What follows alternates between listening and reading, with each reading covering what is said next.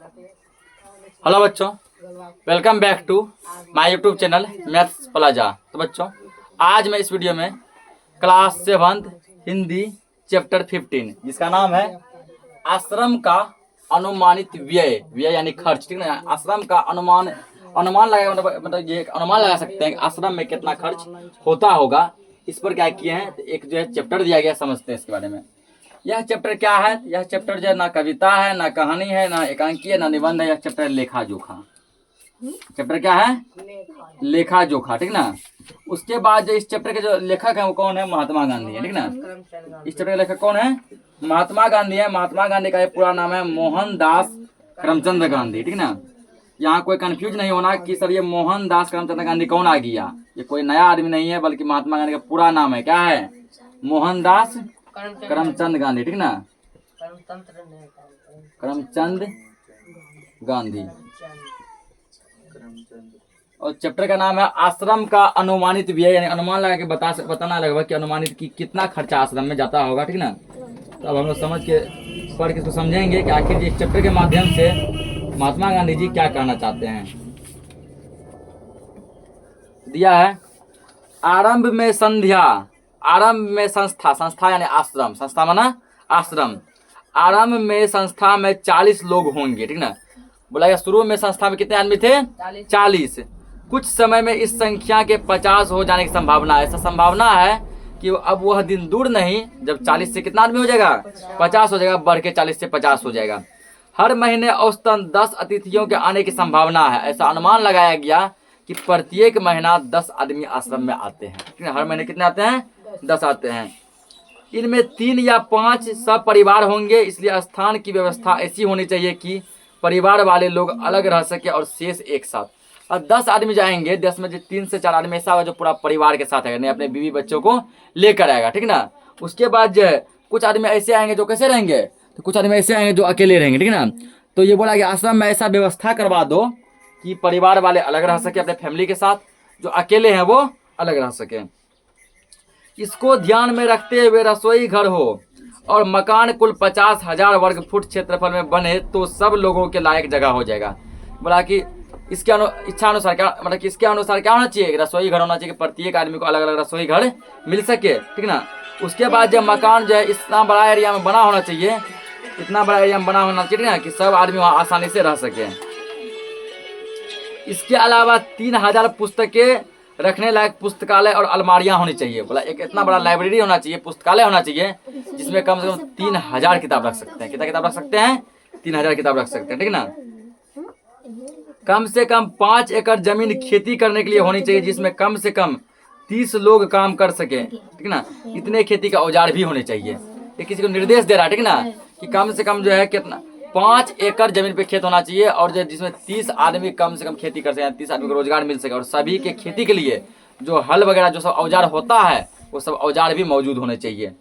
जैसे इसमें कुदाल होना चाहिए, फावड़ा, खुरपी, ये सब चीज होना चाहिए, ठीक ना। ये क्या की पॉइंट दिया गया। दक्षिण अफ्रीका से लौटकर गांधी जी ने अहमदाबाद में एक आश्रम की स्थापना की। तो पूछेगा कि गांधी जी ने आश्रम की स्थापना कहाँ की थी? अहमदाबाद में। कहाँ की थी? अहमदाबाद में। कहाँ से लौटने के बाद? दक्षिण अफ्रीका से लौटने के बाद गांधी जी ने अहमदाबाद में एक आश्रम की स्थापना की। इसके प्रारंभिक सदस्य तथा सामान आदि का विवरण इस पाठ में है। इस आश्रम में क्या क्या चीज का व्यवस्था करवाया गया था सब इसमें दिया गया है। बढ़ई गिरी के निम्नलिखित औजार होने चाहिए। 5 बड़े हथौड़ा होना चाहिए, 3 बसूले, 5 छोटी हथौड़ियाँ, ठीक ना, 2 एरन, 30 बम, 10 छोटी बड़ी छेनियाँ, छेनी समझता है ना, 4 रंदे, 1 सालनी, 4 केतियाँ, 4 छोटी बड़ी बेधनियाँ, 4 आड़ियाँ, आड़ी जो होता है लकड़ी काटने वाला, ठीक है, 5 छोटी बड़ी सरासियाँ, सरसी समझता है ना, घसने वाला, ठीक है, जिससे तो किसी चीज में धार जो किया जाता है। 20 रतल कीले, छोटी और बड़ी, 1 लकड़ी का हथौड़ा, मोची का औजार, ठीक ना। ये टोटल चीज वहां पे होने चाहिए। मेरे अनुमान से इन सब पर कुल 5 रुपया खर्च आएगा। तो उस समय का बात है। बोला इन सभी चीज को खरीदने पर कितना खर्चा पड़ेगा? मात्र 5 रुपये का खर्च आएगा। सभी चीज खरीदा जाएगा तब, ठीक ना। रसोई के लिए आवश्यक सामान पर 150 रुपये खर्च आएंगे। रसोई के लिए जो है ना जो सामान आएगा उस पर कितना रुपये खर्च होगा? 150 रुपया खर्च आएगा। स्टेशन दूर होगा तो सामान को या मेहमानों को लाने के लिए बैलगाड़ी चाहिए। बोला कि यदि स्टेशन नज़दीक है तो मेहमान सामान लेके खुद ब खुद आ जाएंगे ना। यदि स्टेशन दूर है तो क्या चाहिए, बैलगाड़ी चाहिए जिसपे उसको बैठा कर सामान को लाया जा सकता है। मैं खाने का 10 रुपये मासिक प्रति व्यक्ति लगाता हूँ। बोले एक आदमी एक महीना में 10 टका खाएगा। बोला कि मैं मान लेता हूँ कि एक आदमी एक महीने में कितना रुपये खाएगा, 10 रुपये का। मैं नहीं समझता कि हम यह खर्च पहले वर्ष में निकाल सकेंगे। वर्ष में औसतन 50 लोगों का खर्च 6,000 रुपये जाएगा। बोला एक साल में यदि 50,000 आदमी खाएगा उसका खर्चा कितना जाएगा, 6,000 रुपया जाएगा। मुझे मालूम हुआ कि प्रमुख लोगों की इच्छा यह है कि अहमदाबाद में यह प्रयोग 1 वर्ष तक किया जाए। और आप पहले 1 वर्ष तक यह प्रयोग करो, आजमा कर देखो, ठीक ना। यदि देखें अच्छा संस्था चल रहा है तो उसको आगे भी संस्था को चलाया जाएगा, ठीक ना।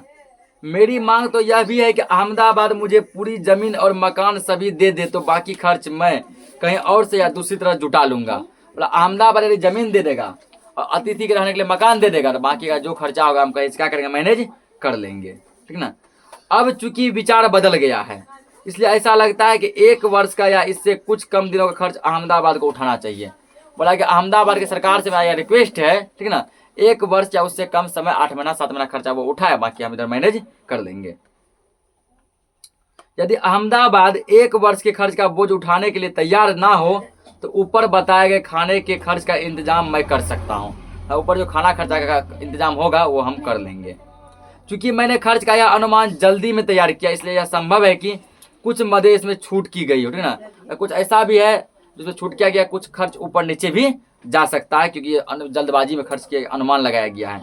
इसके अतिरिक्त खाने के खर्च के सिवा मुझे स्थानीय स्थितियों की जानकारी नहीं है, ठीक है, कि आसपास के लोगों का वातावरण कैसा है, जगह पे क्या खर्च आएगा, क्या कहाँ क्या रेट चल रहा है। इसलिए मेरे अनुमान में भूले भी हो सकती है, मतलब कि थोड़ा बहुत ऊपर नीचे भी हो सकती है, ठीक ना।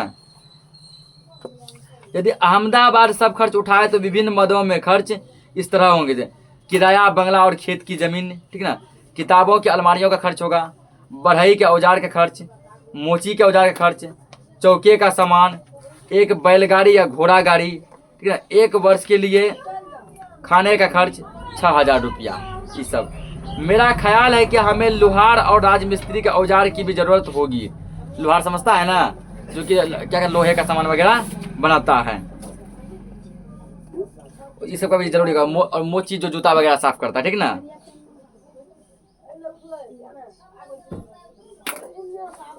उसके बाद आगे दिया गया है, किंतु इस हिसाब से मैंने उसका खर्च और शिक्षण संबंधी सामान का खर्च शामिल नहीं किया। इसमें वो सब नहीं जोड़ा गया।